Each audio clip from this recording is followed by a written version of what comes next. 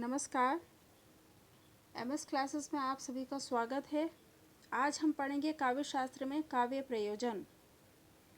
हिंदी में रीतिकालीन अनेक आचार्यों ने तथा भक्तिकालीन कवि गोस्वामी तुलसीदास जी ने भी काव्य प्रयोजनों पर विशेष विचार किया है। रीतिकालीन आचार्यों पर संस्कृत आचार्यों का प्रभाव स्पष्ट परिलक्षित होता है।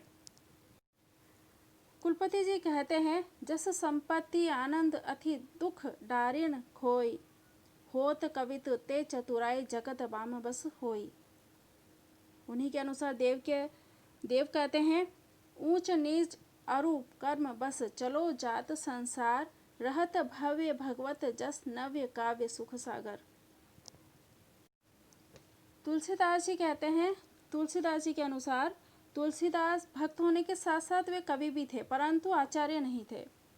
अपने काव्य की रचना करते समय उन्होंने काव्य प्रयोजन की चर्चा की और उन्होंने स्पष्ट किया कि कवि स्वांत सुखाय अर्थात अपनी आत्मा की प्रसन्नता और आनंद के लिए काव्य की रचना करता है। उनका मानना था, स्वांत सुखाय तुलसी रघुनाथ गाथा, भाषा निबंध मति मंजुल मात नोती। इससे स्पष्ट हो जाता है कि काव्य का मुख्य प्रयोजन आनंद अनुभूति है। आनंद की अनुभूति पाठक व श्रोता को ही नहीं, वरन स्वयं सर्जक कवि और कलाकार को भी होती है। दूसरी ओर पाश्चात्य काव्य शास्त्र में काव्य प्रयोजन को स्पष्ट करते हुए प्लेटो से लेकर रिचर्ड्स तक अनेक पाश्चात्य विद्वानों ने अपने अपने विचार प्रकट किए हैं, जिनको हम 3 भागों में डिवाइड कर सकते हैं। पहला लोक मंगलवादी, दूसरा मंगलवादी आनंदवादी, तीसरा समन्वयवादी। लोक मंगलवादी दृष्टिकोण के अंतर्गत रस्किन और टोलस्टॉय के नाम प्रमुख है।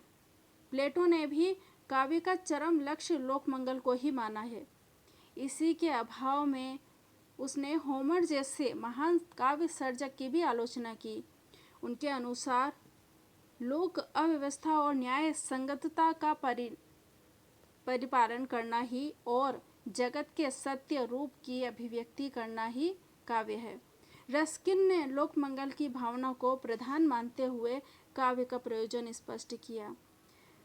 अधिक से अधिक जन समुदाय को अधिक से अधिक हित साधना उनका मानना था।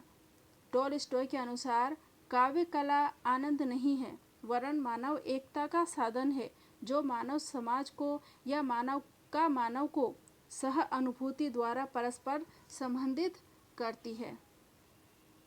दूसरे आनंदवादी दृष्टिकोण के अंतर्गत आलोचना करते हुए काव्य प्रयोजनवादी ये आनंदवाद को ही मुख्य मानते हैं। इन लोगों का मत है कि कला में नैतिकता का विरोध नहीं है, इसलिए नैतिकता कला के लिए प्रासंगिक नहीं है। इनके अनुसार कला का एकमात्र प्रयोजन है पाठक को आनंद प्रदान करना, उससे उल्लासित कर देना। विद्वान शिलर के अनुसार समस्त कला का लक्ष्य आह्लाद है, क्योंकि मानव सुख से अधिक उदात्त और गंभीर समस्या अन्य कोई नहीं है। विद्वान स्वीनबर्ग के अनुसार कला का मूल्यांकन करने के लिए नैतिक मूल्यों का आधार ठीक नहीं, यह अनावश्यक है। वोल्टर, वेटर, क्विस्लर, ऑस्कर वाइल्ड, डॉक्टर ब्रैडले आदि ने भी इसी मत का समर्थन किया। डॉक्टर ब्रैडले के अनुसार काव्य स्वाद अपना लक्ष्य स्वयं है, इसका अपना मूल्य है। वस्तुतः इन कलावादियों के अनुसार अव्याति ही काव्य की चरम सार्थकता है, व्यवहारिक जीवन के साथ इसका कोई संबंध नहीं है। तीसरा समन्वयवादी दृष्टिकोण के अंतर्गत काव्य प्रयोजनवादी के विषय में पाश्चात्य आलोचकों और विद्वानों में सदैव संघर्ष रहा है, किंतु एक वर्ग समन्वयवादी विचारधारा का भी है। समन्वयवादी दृष्टिकोण रखने वाले विचारकों में अरस्तु, Dryden, Horace, Victor Cousin, Wordsworth, Matthew Arnold का नाम प्रमुख आता है। अरस्तु ने प्लेटो के आक्षेपों का उत्तर देते हुए एक स्थान पर कहा भी है कि कला का विशिष्ट उद्देश्य आनंद है, किंतु यह आनंद नीति सापेक्ष है, अनैतिक नहीं हो सकता। ड्राइडन के अनुसार काव्य का प्रयोजन मधुर रीति से ही शिक्षा देना है। होरेस ने आह्लाद और उपयोगिता दोनों के संबंध पर बल दिया। कोल्ड्रिच के अनुसार कवि अपने पाठक को नीति का उपदेश देता है, किंतु इस उद्देश्य का माध्यम है आनंद। काव्य और कला के लिए लोक मंगल भी उतना ही आवश्यक है जितना आनंद। मूल रूप से काव्य प्रयोजनों को हम इस प्रकार समझ सकते हैं। पहला, प्रीति। अमरकोश में प्रीति के संबंध में बताया गया है, मुत्त प्रीति ही प्रमदो हर्षो प्रमोदा मोद संबदाः। सामान्यतः कला जनित आनंद के लिए प्रीति शब्द का प्रयोग किया गया है। काव्य कला धर्मी होने के कारण अंततः पाठकों के मन को विश्रमित करता है। आचार्य भरत ने इसी के लिए विनोदजन्य आनंद का नाम दिया है। प्रीति काव्य का निर्वकाश हेतु है। वर्णना के संपर्क में आते ही यह प्रक्रिया शुरू हो जाती है। यही प्रक्रिया पाठक को स्व और पर के ज्ञान से मुक्त करती है। स्व और पर के ज्ञान से मुक्त काव्य के आस्वादन का नाम ही प्रीति है। काव्य के शास्त्रीय विवेचकों में ज्यों ज्यों गंभीरता आती गई, इस शब्द को भी उसी क्रम में अर्थ व्याप्ति मिलती गई।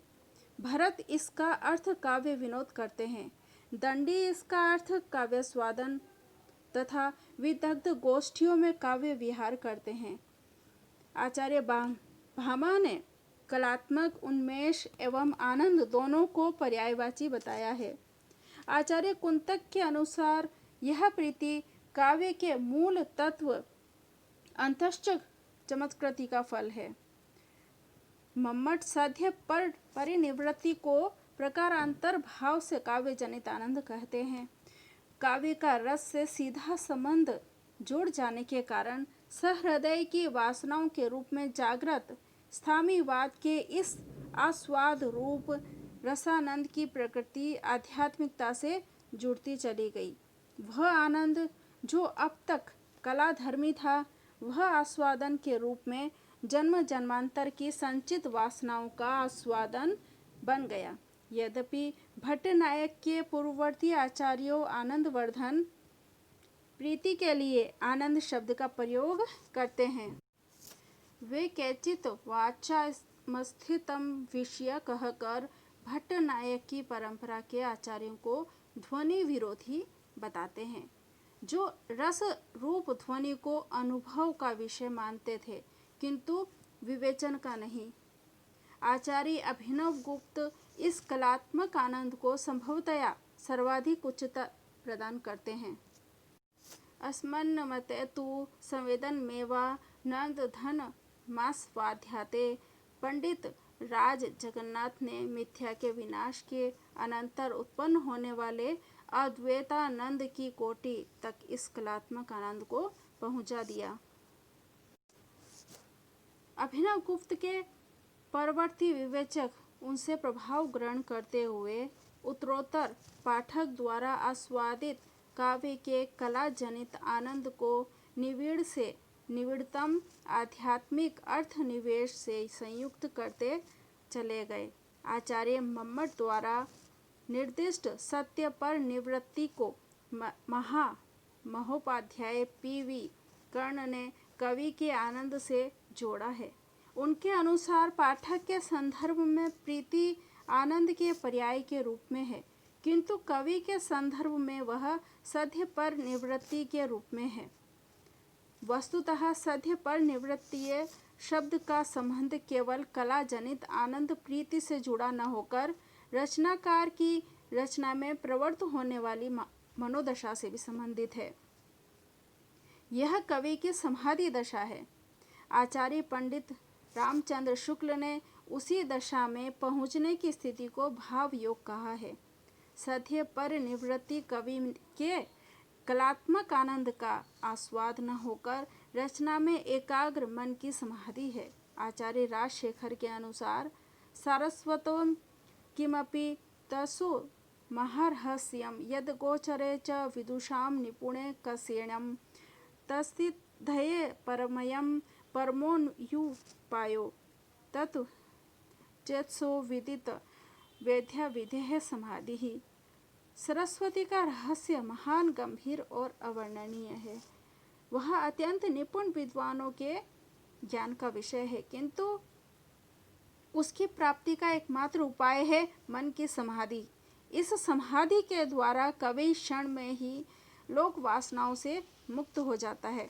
निष्कर्ष रूप में यह कहा जा सकता है कि प्रीति ही काव्य की मूल आत्मा है और इसी मूल आत्मा को रस, अलंकार, गुण, रीति, वक्रोक्ति, ध्वनि आदि सिद्धांत से जोड़ने का प्रयास किया जाता है। दूसरा, हित। इसके अंतर्गत काव्य को लोकहित का एक सशक्त माध्यम माना गया है। लोकहित काव्य में अर्थ और अभिप्राय बोध के साथ व्यंजित होता है। रचनाकार कृति के अंतर्गत ऐसी परिस्थितियों का निर्माण करता चलता है जो अभिप्राय मुख से उसको व्यंजित करती है। आचार्य मम्मट के अनुसार कांतेव सरस्तापादेन भिमुखी कृत्य रामादिवत वर्तितव्यम न रावणादि दित्युपदेशम। मानव हित की भांति ही यह अभिव्यक्ति कथन से नहीं, ध्वनि से होती है। ध्वनि मुख से अनेक रूपों में जहाँ प्रयोजनों की अभिव्यक्ति नहीं हो पाती, वहाँ काव्यत्व का पक्ष किंचित कमजोर पड़ जाता है। समाज को आसव सांस्कृतिक संकटों से मुक्त एवं धर्मार्थ, काम, मोक्ष आदि की प्राप्ति में सहायक होने का संपूर्ण संदर्भ काव्य मूलक ही है। काव्य सर्वप्रथम अपनी काव्य प्रकृति की रक्षा करता है, तदंतर अन्य मूल्य व्यंग भाव से प्रकट होते हैं। काव्य का विविध कलाओं से दो रूपों में संबंध है। प्रथम प्रकृतिया, द्वितीय अर्जित। राजशेखर के अनुसार काव्य शरीर का निर्माण विविध कलाओं के योग से होता है। आचार्य भामह के अनुसार भी न स शब्दो न तद्धाचियम न संन्यासो न सा कला जायते यन्न काव्यांग महोभारो महान कवे। यहीं पर आचार्य भरत भी कहते हैं न तज ज्ञान न तच्छि कल्पम न सा विद्या न सा कला न तत्कर्म न योगस्यो नाट्यस्मिन् न दृश्यते। आचार्य वामन भी इसी बात को लेके कहते हैं कला शास्त्रेभ्यः कला तत्वस्यः संवितः। इसी प्रकार कवि को काव्य रचना में प्रवृत्त होने के लिए विविध कलाओं का ज्ञान प्राप्त करना चाहिए। इस संदर्भ में अपने भाष्य के अंतर्गत वह भामह निर्दिष्ट गीत, नृत्यादि 64 कलाओं की सूची प्रस्तुत करते हैं। भामह के द्वारा निर्दिष्ट इस 64 कलाओं की सूची में काव्य लक्षण का परिज्ञान भी है। इसी प्रकार काव्य अपने रूप विन्यास में कलाओं का संपूर्णतया उपयोग करता है। अतः पाठक एवं समाज की दृष्टि से प्रीति एवं हित काव्य में विशिष्ट प्रयोजन रखते हैं। तीसरा, कीर्ति। शास्त्रकारों ने रचनाकारों को भी दृष्टि रखते हुए इन प्रयोजनों की विस्तार से चर्चा की है। धर्मार्थ, काम, मोक्ष संदर्भ में ये आते हैं। रचनाकारों के लिए कीर्ति प्रयोजन का उद्देश्य अधिक श्रेयस्कर है। कालिदास जैसे कवि अपनी विनियुक्ति में यश की ही कामना करते हैं। श्रेष्ठ कवियों के यश को अनेक रूपों में चित्रित किया गया है। आचार्य भामह के अनुसार आस्त एवं निरांतकम कांतम काव्यमयम वपुः ऋणधभि रोदसी चास्य यावतक कीर्ति नश्वरी तावत्कला मध्यास्ते सुकृति वेभु धम प्रदम। अर्थात जल स्वर्ग जाने पर सत्काव्यों के प्रणेता का रमणीय काव्य शरीर निर्भय वर्तमान रहता है। तब तक उस कवि की स्थायी कीर्ति पृथ्वी और आकाश में व्याप्त रहती है, जब तक वह भाग्यवान देव पद को अलंकृत करता है। इसी तरह कवि की दृष्टि में कीर्ति महत्वपूर्ण प्रयोजन है। सामान्यतः यश की आकांक्षा रचनाकार का एक विशेष प्रयोजन है। यह रचनाकार के लिए प्रेरणा सूत्र है। इसमें प्रेरित होकर वह रचना कर्म में कौशल का अर्जन किया करता है।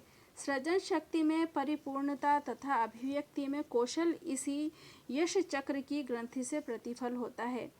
संपूर्ण प्रयोजनों को हम इसी प्रकार कह सकते हैं कि पाठक की दृष्टि से प्रीति और लोकहित या कवि की दृष्टि से कीर्ति।